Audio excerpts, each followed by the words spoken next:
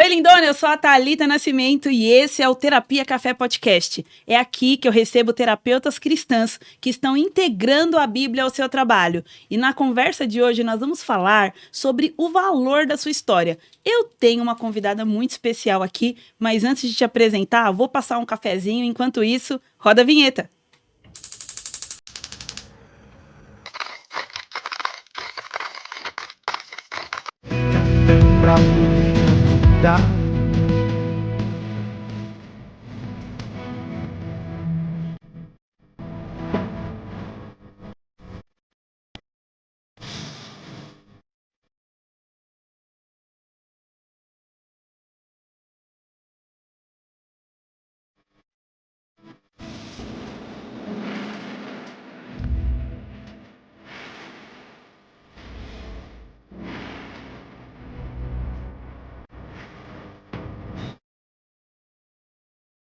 Oi, lindona, então cheguei para o nosso café de hoje. Hoje eu recebo com muita alegria Elisângela Ferreira Macedo. Deixa eu ver o que você é minha. É minha aluna, Aluna. é minha mentorada. Sim, com muito orgulho. E é uma pessoa que já me convidou para escrever um prefácio. Então, a conversa de hoje vai ser boa, o cafezinho vai ser bom. Bem-vinda, Eli. Muito obrigada por essa oportunidade. É um prazer estar aqui e contar um pouco da minha história também. É muito bom. Muito bom. Então, enquanto eu sirvo um café para você, toma café? Tomo. Vai tomar, né? Hoje. Enquanto eu sirvo um café para você, se apresenta para além da sua relação comigo. Quem é você? O que você faz? De onde você vem? Bom, eu sou Elisângela, casada, tenho 2 filhos, o Eduardo, a Sofia, casada com o Sérgio, trabalho como psicóloga, terapeuta cristã, psicanalista e agora, né, de um tempo para cá, venho aí trazendo histórias e ajudando mulheres a contar a sua história. Que lindo. Eli, eu queria que você contasse como a gente se encontrou, porque eu não sei essa história.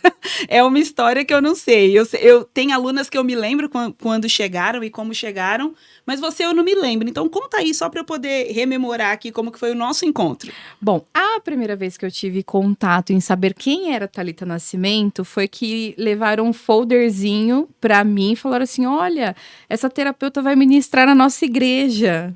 E lá em 2011, 2012... Sério? Eu já ministrei na sua igreja? Já, Exército de Deus.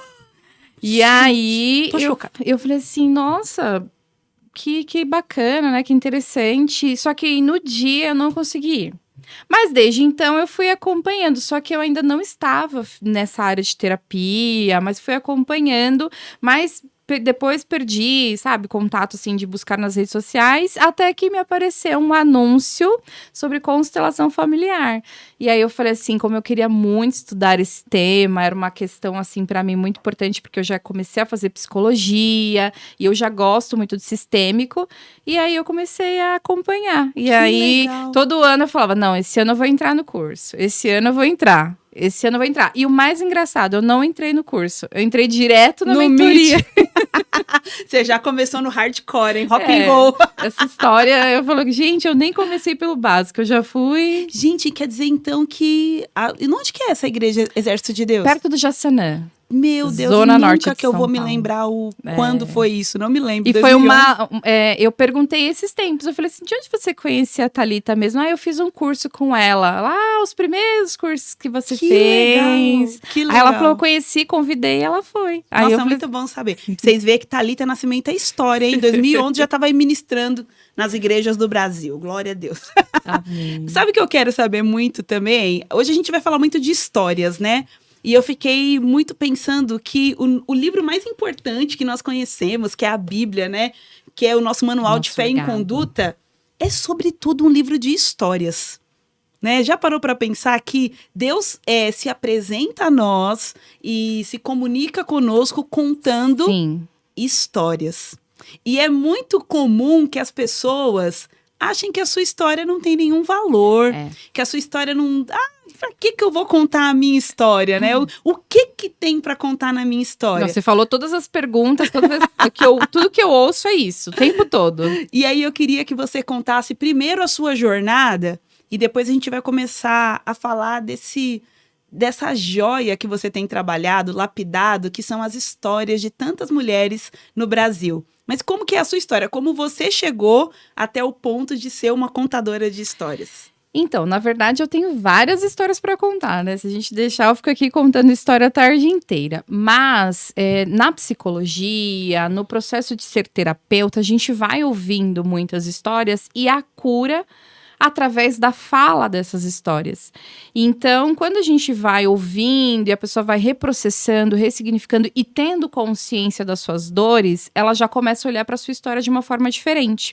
E foi aí que eu fui entendendo e conhecendo muitas mulheres e muitas histórias. No entanto, que no meu primeiro projeto, as histórias eram só das minhas pacientes.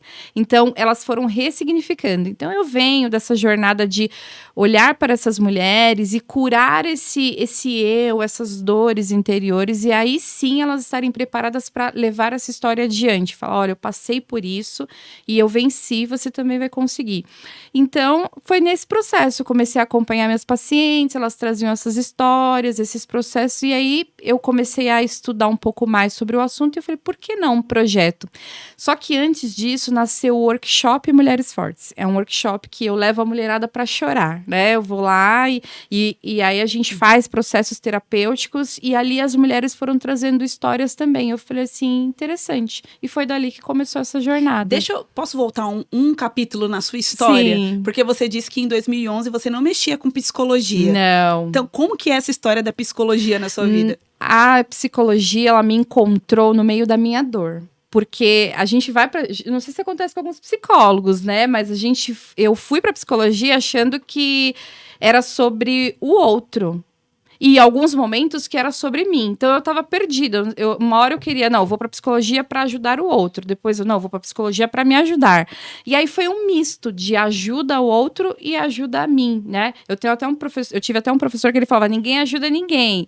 Aí eu fiquei na dúvida dessa frase, até hoje ela ecoa assim. Mas a gente auxilia, assim, pessoas na jornada do autoconhecimento. E aí eu comecei a me encontrar ali, no meio da minha dor, em um dos piores momentos ali da minha vida, que eu tinha levado um fora, né, no relacionamento. Nem posso contar. Queremos porque meu marido vai ouvir. Não é o marido, não, e conta. O fora foi dele. Conta. Foi dele.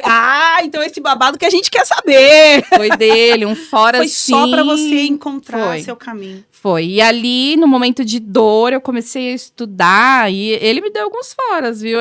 Mas só cada fora que ele me dava...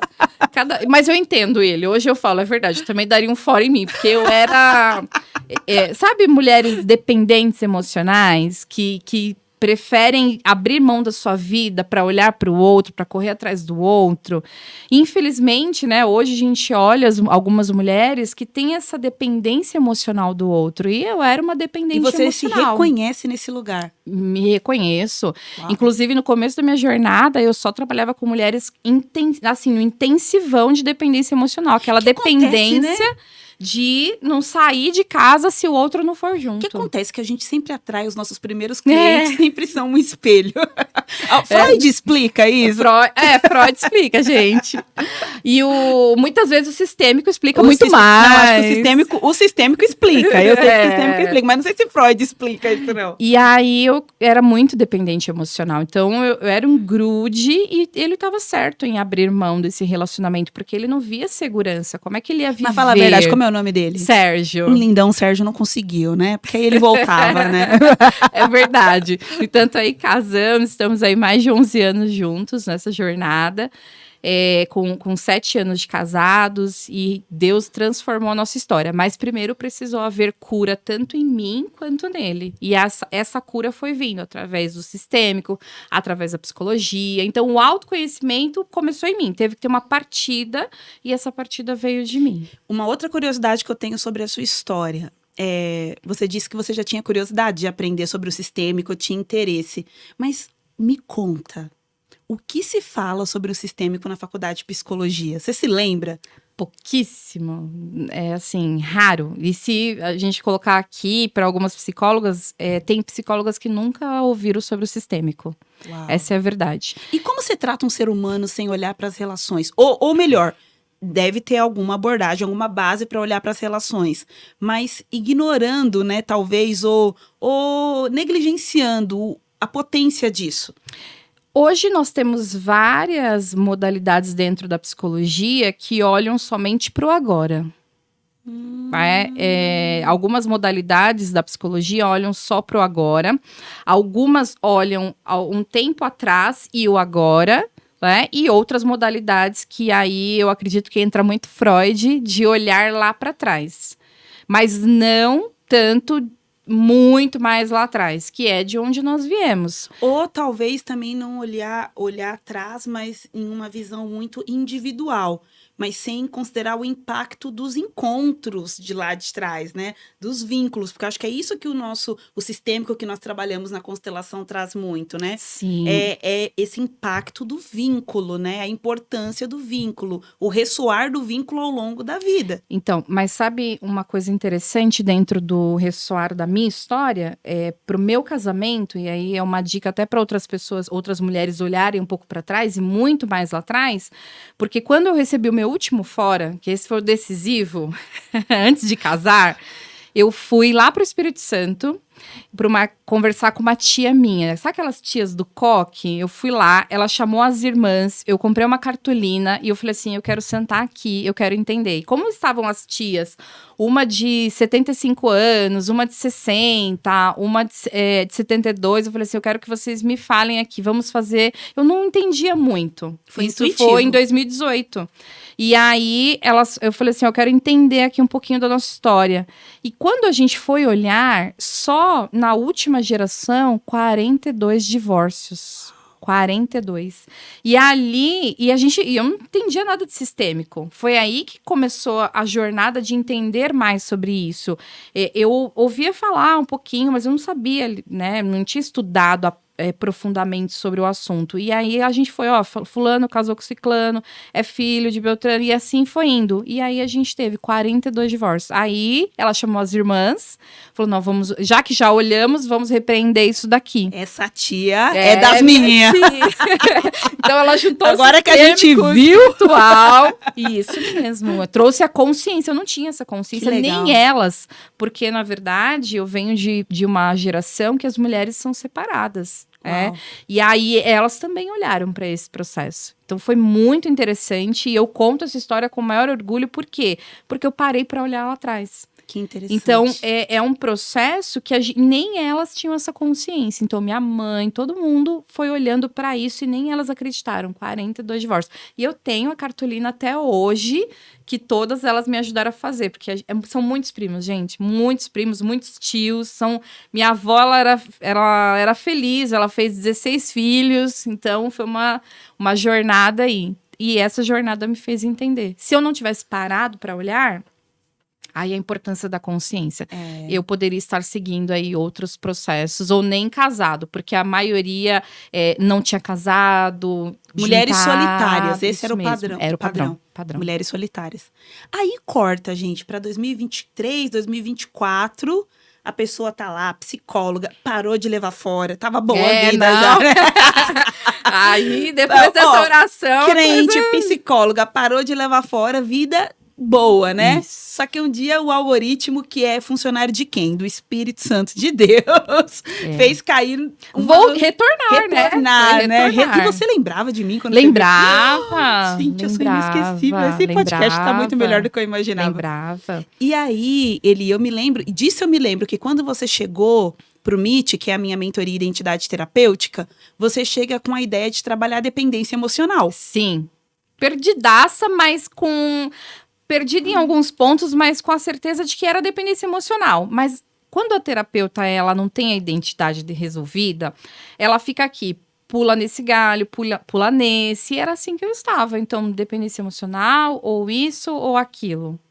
É nesse sentido que sentido que você estava. E eu falo assim, não. E ela entrou numa crise, gente. Você pode falar da crise? Eu nem perguntei se podia, né? Não tem pauta, né? Não, sem pauta isso aqui. entrou numa crise, porque ela, poxa, eu sou psicóloga, quero trabalhar dependência emocional, mas tem uma coisa, ela me disse, né? Tem uma coisa, Thalita, acontecendo na minha vida. Não, eu fui falar com um pouquinho de medo, tem assim, uma coisa né? acontecendo na minha vida que eu queria muito saber o seu olhar como mentora. Eu queria que você contasse dessa coisa que estava acontecendo na sua vida. Como começou a acontecer e o que é essa coisa? E olha, gente, ainda bem que eu tive essa conversa, né, com a mentora, porque é sempre importante a gente ter alguém que está muito mais além para te direcionar. O caminho fica mais fácil, porque senão eu estaria batendo cabeça lá em vários pontos até hoje. Eu cheguei num nível que eu não sabia se fazia sentido ou não ajudar outras mulheres a se curarem e contar essa história da cura. Né? Ou até mesmo entrarem nessa jornada de autoconhecimento e depois contarem. Então foi aí que eu participei de um livro de coautoria um tempo atrás, lá em 2022, e eu achei interessante contar a minha história. Então foi ali que nasceu esse ponto. Só que eu já vinha trabalhando com mulheres fortes, eu já tinha um workshop, e aí foi quando eu falei assim, eu vou fazer esse projeto do Mulheres Fortes, já que as minhas pacientes vêm trazendo essas histórias. Foi aí que nasceu o livro, né? Logo após o workshop. Elas trouxeram histórias no workshop e nasceu o meu primeiro livro. Só que aí, quando chegou no segundo livro, veio uma crise. Foi nesse momento que eu voltei ali. Eu já estava pensando, o que eu vou fazer? Perdida. E aí você retornou nesse processo do MIT. Porque a constelação, eu ouvi uma coisinha ou outra, eu estava estudando. Mas em relação ao direcionamento... Aí lancei meu terceiro livro, foi um sucesso e decidi parar. Falei assim, não vou lançar mais não. Aí uma pastora falou pra mim, não, Deus manda você continuar com o projeto. Aí eu entrei mais em crise, falei assim, como assim Deus manda continuar com esse projeto que é de Deus e eu aqui nessa crise fico fixa na psicologia, uma coisa tem nada a ver com a outra, já eliminando o projeto do livro, né? E aí eu falei assim, não, eu vou seguir o que Deus está falando. E aí foi onde eu entrei na mentoria e fui olhando mais para mim. Porque assim, para falar a verdade, o projeto da mentoria, ele foi muito bom, mas em primeiro lugar ele foi uma cura. É incrível. O MIT. O projeto da mentoria que eu entrei do MIT foi primeiro uma cura. E aí... foi onde eu fui entendendo que eu estava perdida. Porque quando a gente não olha para isso, a gente nem sabe que está perdida. Então, eu fui entrando, fui olhando, falei, não, eu vou continuar o que Deus tem, mas eu tô perdida. Então, foi nessa jornada. E aí, veio o terceiro livro, e eu falei, vou parar, não paro. E aí, eu falei, não, vou continuar. Então, mostra pra gente, deixa eu entender aqui a cronologia. Tem mais 3 livros. Tem mais 3, tem fora mais esses 3 daqui. que eu não consegui, que eu não tinha mais, porque graças a Deus, né, esgotou. E aí, eu venho com mais esses 3, e agora em abril, vem mais 2. Uau! Então a gente tá indo pro 7º e 8º livro. Pra você ver. Mas foi tudo muito rápido, porque inclusive eu convidei minha mentora, né, pra ser prefaciadora. Qual é o que eu prefacei? Então tá ele aqui, né? esgotou. Olha aí, tá vendo? Vocês estão vendo, né? Vocês estão vendo, né? E ele esgotou. E aí eu falei assim, nossa, eu vou continuar com o projeto do livro. Só que foi na hora que eu falei assim, Thalita, aí eu preciso de uma ajuda. Porque e a psicologia? E eu entrei no MIT assim, com outro né, pensamento. Eu falei, eu preciso focar na psicologia. É muito engraçado que quando você falou, eu me lembro dessa impressão. Ela não tá vendo conexão, mas eu tô vendo total conexão com psicologia. E não psicologia no sentido da ciência, psicologia, mas o fim da psicologia, que é o cuidar. Né? O fim da psicologia que é esse acolhimento, esse olhar. E aí, gente, eu tenho um defeito, né? Que é, me dê um problema que eu te dou uma ideia de negócio. E aí eu comecei a falar pra ela, Elisângela, se eu fosse você, eu criava, era um processo terapêutico que acabava no livro, e depois um mastermind, e comecei a encher ela de possibilidades, né? Pelo amor de Deus, porque tava florescendo muito os livros de coautoria, né? Eu me lembro que ela tava assim, eu não lembro os valores, tá? Mas era uma coisa tipo assim, eu não sei o que fazer, eu faturei 40 mil reais comigo. Como que era, mais ou menos? Era uma coisa assim? Foi um valor que eu não estava esperando, por conta do sucesso que a gente teve, toda essa jornada do livro, então eu não estava esperando, e aí eu me assustei, eu falei, mas gente, é psicologia, o livro ele é muito sazonal, né, e o que eu faço? Aí fui falar com a minha mentora, e aí ela me pôs para trabalhar, gente, aí eu tô... e aí eu tenho metas para cumprir. Então... Capitã Nascimento entrou em ação.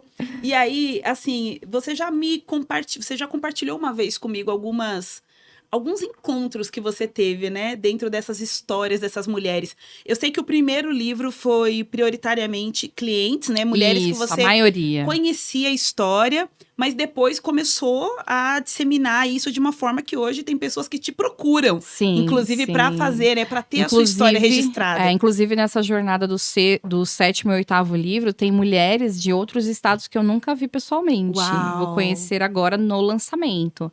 Porque acreditaram no projeto Mulheres Fortes e decidiram contar a sua história para ajudar outras mulheres.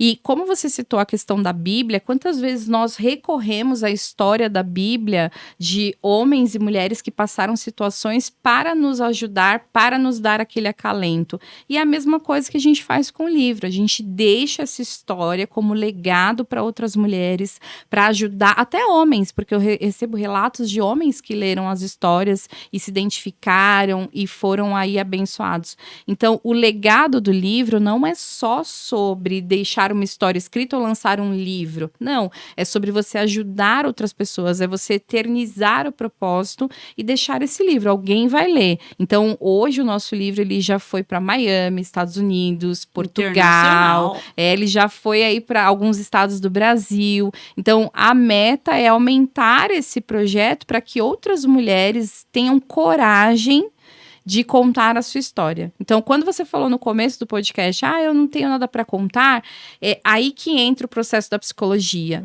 É que nós conseguimos mostrar para essa mulher que, olha, sua história é valiosa. E uma vez, dentro da mentoria, você disse algo que me marcou. Eu vejo diamantes. Então, eu vejo mulheres em processo de lapidação. E eu fico ali auxiliando esse processo de lapidação. Era justamente isso que eu ia perguntar. Se agora que vem tantas mulheres, se você percebe e exerce esse papel da terapeuta, da psicóloga, ajudando elas a compreender a jornada e o valor, né? O valor da dor. O valor do fora, o valor de tudo aquilo que nós vivemos, né? O quanto isso e o quanto que o ser humano se conecta com isso. Sim, é que nós temos uma tendência a fugir da dor. Então, quando eu levei um fora, eu fiquei muito mal a ponto de pensar em não viver mais de tão doloroso que era o meu processo de dependência emocional. Mas aquele momento de dor me serviu para ir para outro caminho e olhar para essa dor. Então, hoje eu ajudo outras mulheres a olhar para essa dor. Então, eu recebo muitos relatos das nossas coautoras dizendo foi uma jornada incrível, porque eu me conectei novamente com a minha história, Uau. Chorei o que precisava chorar e consegui. E aí é o que eu falo para elas. Primeiro, você se conecta com a sua dor, olha para a sua história com mais valor e aí você consegue ajudar outras pessoas, né? Então, é aquele famoso curadas para curar. Então, hoje, as mulheres entendem muito mais o valor da sua história. Pelo menos as que se conectam comigo. Então, se você conversar comigo, eu vou fazer você dar muito valor para a sua história. Por mais que ela tenha sido horrível, ela tem o seu ponto. Porque Deus, ele trabalha nisso, né? A gente olha para a Bíblia, a gente fala, nossa, como essa pessoa... Como José aguentou tudo isso? E aí, depois, lá no final, você olha só, se ele não tivesse passado por isso, ele não estaria ali e ele não retornaria para ajudar a sua família. Então... E o que eu fico pensando, até falando assim, em uma base do desenvolvimento humano mesmo, né? Da psique humana, tem muitos exercícios que nós fazemos terapêuticos que o grande objetivo é ajudar a pessoa a perceber a história dela de um lugar neutro ou de um outro lugar. Porque quando ela está implicada naquela história, muitas vezes ela não consegue digerir a história, né? Ela não consegue aprender com a história, ela não consegue ir além da história, ela fica assim totalmente absorvida. Então, eu fico imaginando o poder terapêutico para uma mulher que consegue escrever a sua história. Porque o simples exercício de escrever, ele coloca ela em outro lugar. Sim, a gente chama que é a técnica da dissociação. Dissociação. Então, você vai fazendo o processo de escrita, mas ao mesmo tempo você vai se conectando com as suas sinapses neurais. Então, você vai trazendo esse inconsciente daquilo que muitas vezes você nem lembrava. Então, é muito comum as mulheres, quando estão começando a escrever a sua história, elas falarem, nossa, eu lembrei de algumas coisas que eu não tinha consciência. Só que, ao mesmo tempo, elas falam, eu me senti com mais liberdade, eu me senti liberta daquilo. Por mais que eu não lembrasse, aquilo estava ali. E eu me senti liberta. Então, aí que vem a cura. Então, o processo do livro, ele não é só deixar um legado, é se curar primeiro. Né? Então, a gente tem essa questão. Agora, eu sempre falo, nós colocamos a dor embaixo do tapete, porque ninguém quer sofrer. Não quer falar Não quer sobre falar, não quer sofrer, não quer buscar um auxílio. Então, o livro também tem esse objetivo de ajudar as mulheres a se olharem. Não é só o legado, não é só ajudar outras mulheres, mas é se olharem e se valorizarem também. Primeiramente, né, se olharem. Então, eu queria que você puxasse aí na sua memória uma história, uma dessas tantas histórias que você acha que vale a pena contar aqui. Ai, meu Deus. Aí, a mulherada que faz... Eu já tenho aí muitas mulheres, elas vão... eu não vou falar o nome das mulheres, das histórias, mas eu vou falar um contexto que vem muito no livro. É a situação do abuso. Como isso é muito comum. E aí a gente olha nessa situação, como essa mulher sobreviveu a isso, mas muitas das vezes elas não se conectam com a dor daquilo que foi. Elas simplesmente acham que esquecem e deixam ali guardadinho. Então, assim, todos os livros eu vejo que vem uma história de abuso. Uma história e a alma não esquece, né? Não. E a questão é abusos que se repetem muitas vezes, porque na infância foi um abuso sexual. Na vida adulta se repete como um abuso... um outro tipo de abuso. Um relacionamento abusivo. Um relacionamento abusivo, processos de violência. Então, a questão da repetição, assim, em cada livro tem uma história. Então, eu vou fazer uma pergunta que talvez seja polêmica, tá? Uma das críticas que a constelação familiar recebe é que a constelação familiar revitimiza a pessoa quando leva a pessoa novamente para aquela cena. Por exemplo, uma cena de um abuso, de um abandono, enfim, uma cena traumática. Em defesa da técnica, né? Quem pode fazer isso é quem tem preparo para fazer isso. Não se deve fazer isso de qualquer maneira. Por exemplo, você tá vendo esse podcast aqui, de repente você pensa, ai, boa ideia, deixa eu escrever minha história. Pode ser que seja que traga algum bem-estar, mas ter um profissional te acompanhando nesse processo vai te ajudar a elaborar essa história, né? A tocar nesses pontos dessa história. E como qualquer técnica, precisa ter um profissional capacitado. Mas qual que é a sua visão, Eli, sobre esse convite que nós terapeutas fazemos incisivamente para que as pessoas retornem em lugares de dor, de trauma e olhem para aquelas memórias com uma outra consciência, com um suporte terapêutico, para que elas possam encontrar ali recursos, forças para ir além. Qual que é a sua visão sobre isso? Eu acredito muito que sem tirar a sujeira embaixo do tapete, é impossível manter a casa limpa. Não tem como. Então, por mais que seja doloroso, por mais que seja algo que a gente fale assim, olha, busque um profissional, mas um profissional que vá te auxiliar de verdade nesta jornada, porque é dolorosa.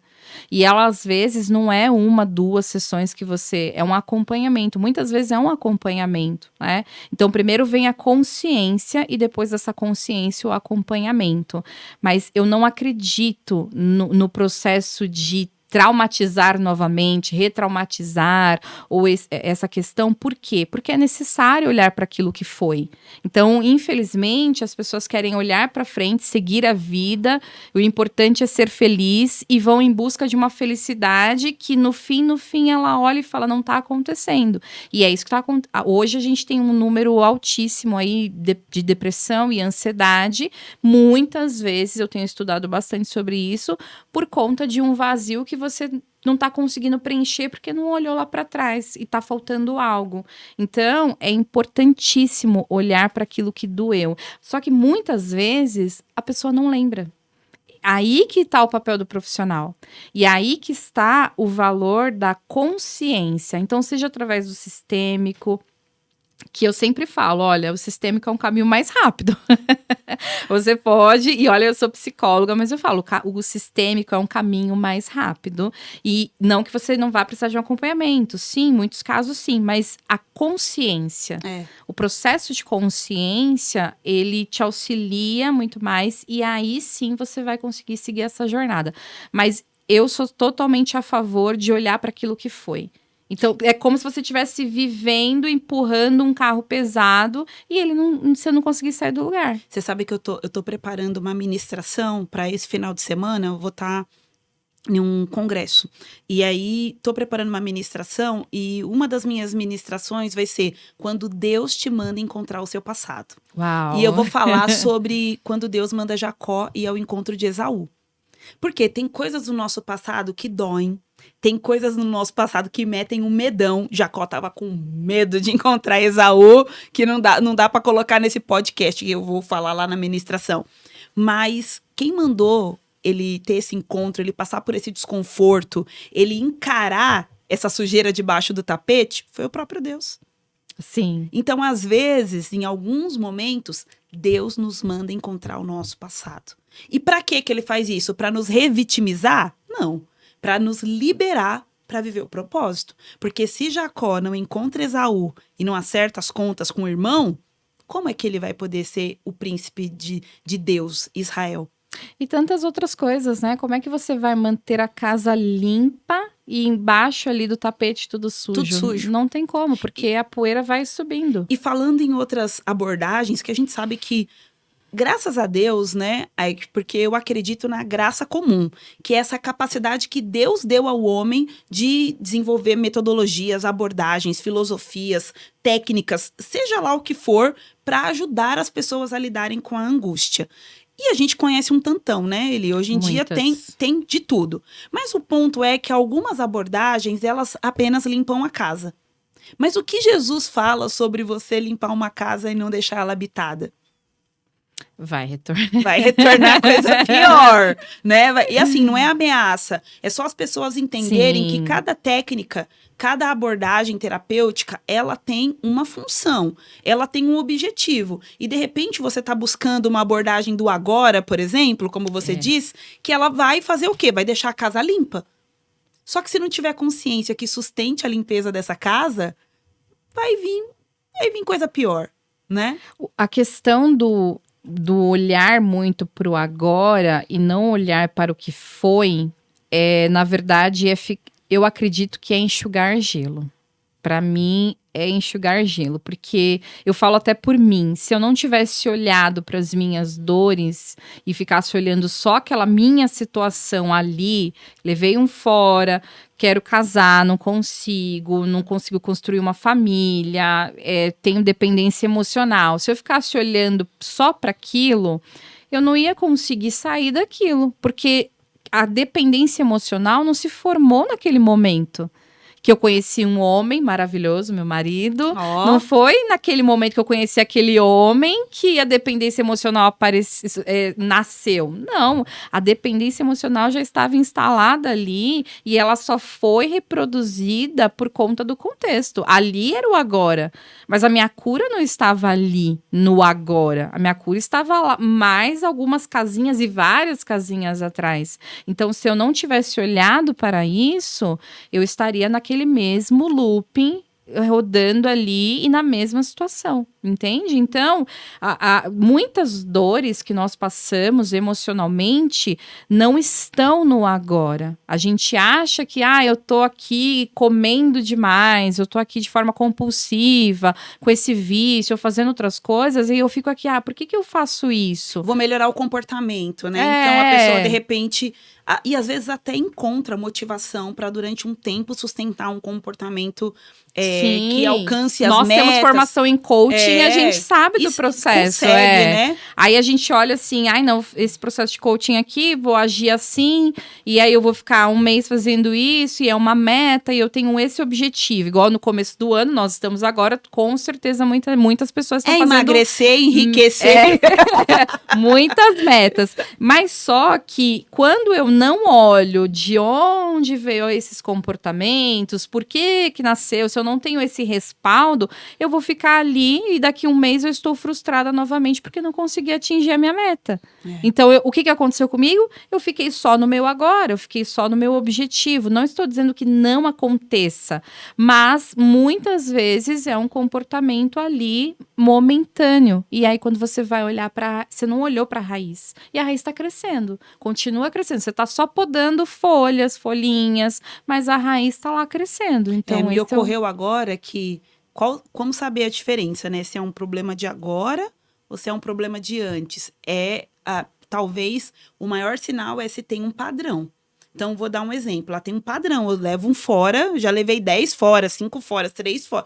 Já virou padrão. O que se repete, padrão é o que se repete. Sim. Né? É indiscutível isso. O que é um padrão? É o que se repete. Se algo está se repetindo na sua vida, seu problema não está no agora, porque padrão tem lastro.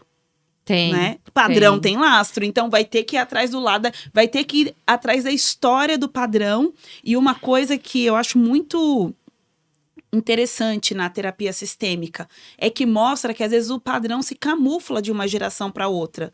Um padrão, por exemplo, de dependência emocional pode vir de uma sequência de divórcios na família. Sim. Né? De uma sensação de abandono, de solidão. Eu não quero ficar sozinha como minha mãe, como minha tia, como a minha avó. O que eu tenho que fazer? Eu tenho que segurar esse homem de qualquer maneira. E aí se torna, né, aquela pessoa que minha vida é você, eu não posso viver sem você porque eu não quero ser sozinha. Eu tô querendo quebrar o padrão de forma inconsciente. Só que eu tô indo pelo caminho equivocado. Porque aí entra mais uma vez o poder do agora. Então, ok, eu quero quebrar o padrão. Minha avó foi abandonada pelo meu avô, com 16 filhos e alguns já criados, e aí eles se separaram e ele arrumou outra mulher. Vem a minha mãe na jornada, fica viúva, depois é abandonada. Entra eu com um histórico de abandono. Então... o que acontece? Se eu olhar só para esse padrão do que aconteceu na minha vida, fui abandonada, não quero ser abandonada, a dor da rejeição é a pior dor do mundo. Mas eu só estou olhando aqui, a pior dor do mundo é a rejeição. Só que, realmente, quando eu olhei para trás, né, de uma jornada e de outras mulheres corajosas, mulheres fortes, mas que estavam sozinhas. Então, não quero repetir esse padrão. Então, eu excluo esse padrão e vou resolver aqui. Não, eu tenho que resolver. Vem aqui, agarro no pescoço do homem, você vai ficar comigo, não vai me dar fora. E quanto mais eu fazia isso, gente, mais o homem me dava fora. Então, eu estava olhando para quê? Para aquela situação. E não olhava para a jornada anterior. Então, você vê... E assim, não tinha nem consciência sobre essa jornada anterior. Também. Eu queria muito que você contasse o que te despertou a fazer essa roda de mulheres. Porque, olha, eu vou dizer para você, decisão curativa. Com as minhas tias. Com as suas tias. Chama as tias do coque e fala, vem aqui que eu quero conversar com você. Deus, só pode. Só pode. Mas Deus tá metido no negócio desse? Só pode. Deus! Porque, na verdade, eu até conhecia um pouco da constelação, olhava, mas não tinha feito nenhum curso em 2018 sobre. Então, eu tinha um conhecimento. Mas ali, era uma sede de conhecer. De onde vem isso? que dor é essa? O que tá acontecendo? E as minhas tias, muitas não sabem nem ler, nem escrever, e elas falam, vamos fazer esse negócio aí, vamos desenhar. E sentou todo mundo numa mesa, e foi muito lindo. Depois eu te mando a foto dessa cartolina, e foi um momento de Deus mesmo. E quando a minha tia chamou as irmãs lá do coque, aí foi mais lindo ainda, porque ali eu senti o renovo de Deus. Então você vê, foi uma junção de um processo espiritual e um processo sistêmico que deu, graças a Deus. Você falando disso, eu me lembrei, eu acho que 3 passagens bíblicas, né? A primeira é quando Josué vai adentrar a terra prometida, Canaã, e antes disso ele faz um cerimonial ali de reconciliação no rio e circuncida os homens e pega 12 pedras e faz ali, vou usar a palavra, ninguém não sai do vídeo não, ritual, só pra você entender o que é um ritual, é uma cerimônia, ele faz ali uma cerimônia, né? E eu fico pensando assim, quando eu olho para essa história de Josué, Deus prezava que Josué fizesse toda essa elaboração? Calma. Tem mais 2 que eu me lembrei. Eu lembrei também de Ezequiel. Quando Ezequiel tá profetizando e ele pega e junta 12 pedras também, ou 12 varetas, e fala, isso aqui é Israel, e Deus vai unir, vai profetizando, mostrando ali tudo com as varetinhas ali, representando todas as tribos. Pergunto novamente, e Deus precisava, né, que Ezequiel pegasse 12 pedrinhas ou varetas para representar as tribos de Israel? E a terceira cena, que eu acho que é uma das mais lindas da Bíblia, que é a unção de Davi, que vem Samuel e na hora de ungir Davi fala assim, aqui ó, entre os seus irmãos. E aí Davi vai colocado, eu imagino, né, que eu não tava lá, mas eu imagino os irmãos em roda e Davi ali no meio sendo ungido rei, sendo que ele só seria efetivamente rei quase 40 anos depois. E Deus precisava desse carnaval todo de agora seus irmãos vai ter que ver que você é ungido rei. Deus precisava. Deus tem seus caminhos. Deus não precisa, gente. Deus não precisa de cerimônias, de rituais, de protocolos, de processos terapêuticos. Mas sabe quem precisa? Nossa alma. Nossa alma.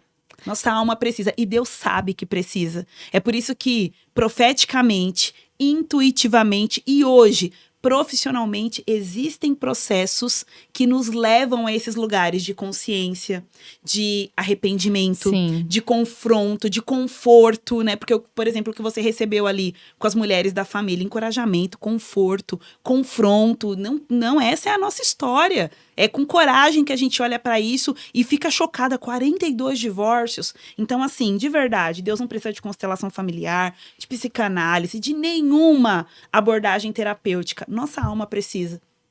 E sabendo que ela precisa de símbolos, de cerimônias, de caminhos para elaborar uma dor que é às vezes muito maior, né, do que a gente dá conta de elaborar, Deus cria, sim, estratégias, abençoa, dá sabedoria ao homem para criar estratégias para acessar esses lugares, né? E para dar resolução para esse tipo de conflito que é tão profundo. Sim, nos meus atendimentos eu sempre falo, né, para as minhas pacientes, a consciência é o primeiro ponto.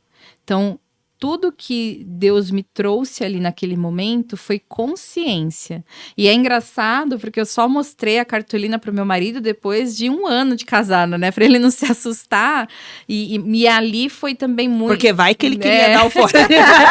Aí, agora tá mais caro. Não, Deus me livre. E aí ele olhou e hoje ele fala pras pessoas, nossa, ela fez lá. E hoje ele também era cético com essa questão de constelação. Então você me conta essa parte aí. E aí, não, inclusive, gente, tô convencendo ele que ele vai estar lá, né? No evento presencial, quase que eu ia dar um spoiler, que vai ter uma coisa pros casados. Especial. Pronto, agora que ele vai mesmo. Depois eu te conto. Nem que ele vai amarrado, ele vai. Então, ele olhou para aquilo, ele também foi entendendo esse processo, né? E isso fez com que ele olhasse para a família dele também. Então, hoje ele olha para alguns padrões. Então, não é só sobre nós, é o que Deus faz através de nós. Então, através da minha vida, eu não só influenciei mulheres que escrevem essas histórias, eu influencio a minha família. Então, mulheres que decidem se curar, elas não ficam com isso só para elas. Porque Deus, ele faz as nossas histórias, ele concretiza sonhos, mas através disso, ele cura outras pessoas. Perfeito. Então, essa é a abertura que nós precisamos dar para consciência e daquela consciência fazer. Então, eu me lembro que quando eu entrei no MIT e eu comecei a fazer os processos de cura, eu falei, mas gente, eu já sou uma psicóloga, eu já trabalho com isso, e eu olhei, nossa, eu ainda estou nesse nível. Foi a consciência. Então, o crescimento veio através da consciência. Eu lembro que eu até falei assim, gente, eu entrei no MIT para vender mais, para aprender a vender, mas a primeira coisa que aconteceu comigo foi muitas curas, né? E eu tenho tudo anotado, porque eu tenho um caderno que cada aulinha eu vou anotando esse insight, eu vou anotando os processos, né? E eu falei assim, esse é o meu processo e eu vou respeitar isso. E aí foi onde que as coisas foram começando a decolar. Estou nesse processo de decolagem, mas o primeiro ponto, consciência. Que lindo. Consciência. Mas só por curiosidade aqui, assim, né? Só para dar aquele corte bom que a gente usa nos lançamentos. As vendas melhoraram também? Não. Eu ganhei plaquinha. Ganhou já. plaquinha. Não, e eu tenho uma meta aí, né? Porque eu vou falar uma coisa aqui, gente. Quem não foi no evento tem que ir no próximo. Que tem um exercício lá que uma parceira minha fez comigo, uma tal de Késia. E aí eu anotei ali, né? Um beijo pra Késia, um amor. E aí eu anotei um númerozinho ali, a gente trocou um exercício, que eu não posso falar muito, tem que ir lá no evento pra saber. E agora eu tô com esse exercício agora na mão. Agora eu tô com aquele negócio, e aí, aquele segredinho. Eu sei que ela vai me cobrar também, aí eu tenho um compromisso ali. É muito bom a gente estar com pessoas que nos incentivam a crescer. Então é muito bom estar em grupo, mas no grupo selecionado, de pessoas que têm o mesmo objetivo. Então, quando você tem uma meta, e aí você coloca, olha, gente, preciso desse auxílio, todo mundo ali nessa jornada, juntos, né? E você acaba chegando mais rápido no processo.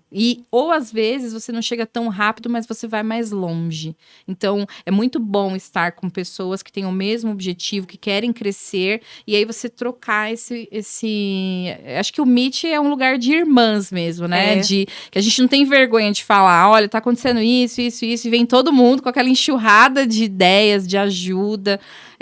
A gente não fica só nesse processo de uma só pessoa, todas ali na mesma jornada. É muito lindo isso. Eu nunca tinha vivido, né? Então já... Eu não sei se vou renovar, não. Você acha que eu não vou renovar?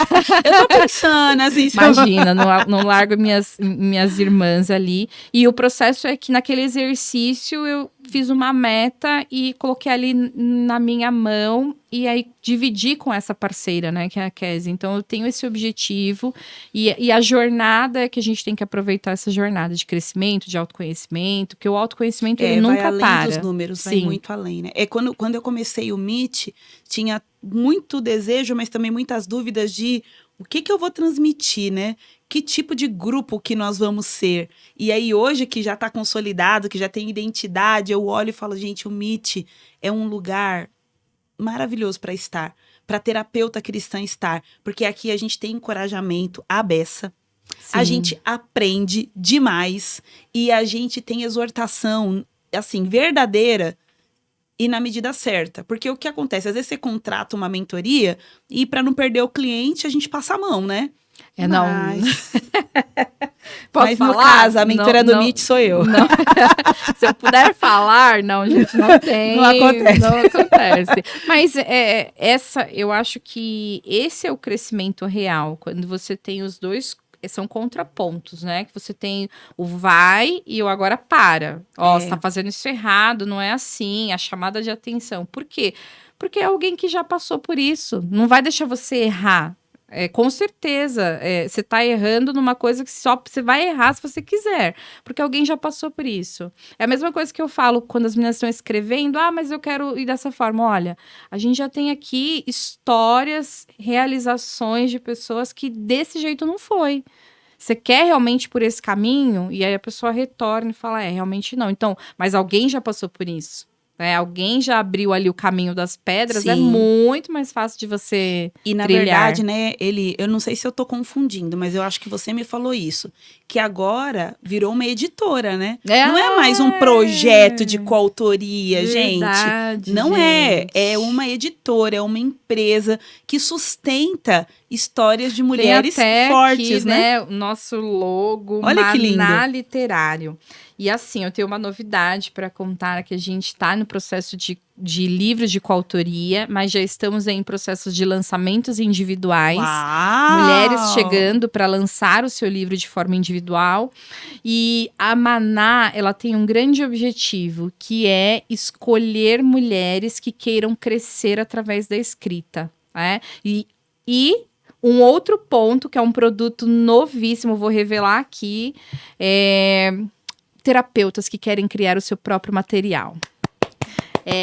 Terapeutas que querem fazer o seu caderno terapêutico para os seus pacientes, para os seus clientes, querem fazer as suas cartinhas sistêmicas com o seu logo, com o seu nome, querem oferecer presentes direcionados à cura para os seus pacientes. Então, a gente está aí oferecendo essa jornada para que essa terapeuta ela consiga alcançar os seus clientes com seus materiais exclusivos. E com o olhar de alguém que entende o que ela quer com aquilo, né? Sim, que sim. Interessante. Muito Sim. bom. Vamos conversar sobre esse produto aí, viu? Vamos conversar sobre isso. Amei então, saber. a Maná Literário, ela tem... Todo o projeto da Maná Literário é para auxiliar mulheres a se desenvolverem. Vou falar a verdade? É o diamante. Aquela frase que você me falou em mentoria não saiu. Nós estamos aqui para ajudar mulheres a serem lapidadas e crescerem ainda mais. Que sensacional. Agora...